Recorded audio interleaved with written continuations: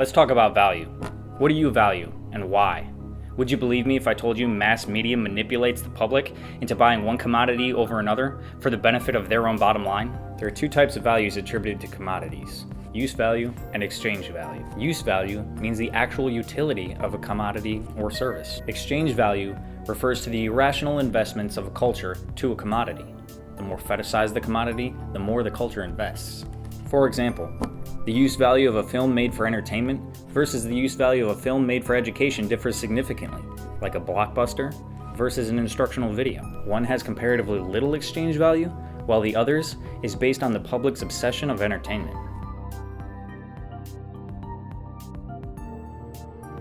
Let's talk about audience commodity.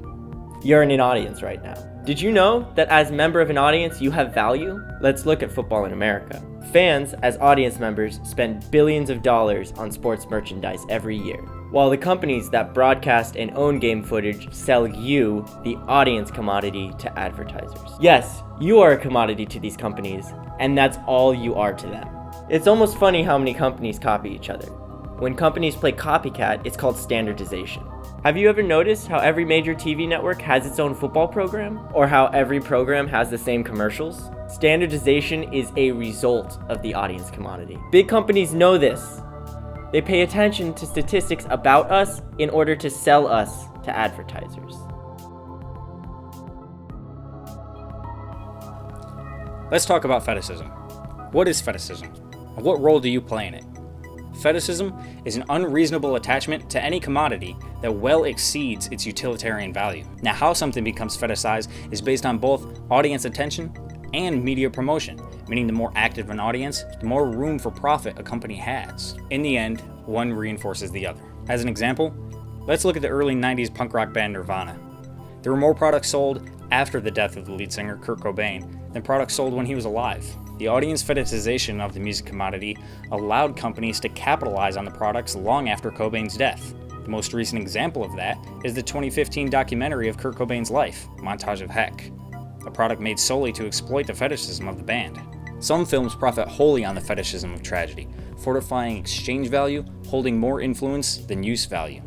These tragic historical events are often unrealistically glamorized and made to be more exciting. Rambo, Tears of the Sun, Three Kings, Red Dawn, Enemy at the Gates all serve as examples of different tragic historical events that were sensationalized for dramatic effect. Forming praxis in films requires moderation and a more realistic depiction of tragic events from the media's perspective.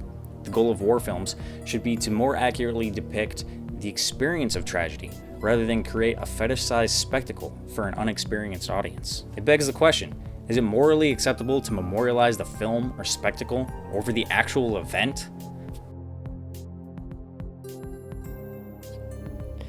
Let's talk about synergy. Disney has cornered the market on synergy so much that other companies use the term Disney synergy. This concept of synergy is seen with Disney's remake of Cinderella, which is rated as one of the most widely known and appreciated fairy tales of all time. Disney knew this and banked on it to produce the 2015 remake of Cinderella. In this remake, they rearranged the core values of the movie. This signifies a new trend in Disney with a new portrayal of love. Disney is straying away from their traditional ideas of gender roles, love, and family in society. Gone are the days of Disney's portrayal of the nuclear family where one or both parents dies. One of Disney's new films that epitomizes this is the widely popular Inside Out, which features a non-traditional family where no one dies and the focus is on the struggles of an adolescent kid. We, the people, as the audience commodity, have demanded a more realistic and modern approach to render these stereotypes ineffective. The audience commodity can be a positive step towards achieving praxis. What is praxis? Let's talk about that. Praxis is a means of action which attempts to revolutionize a culture.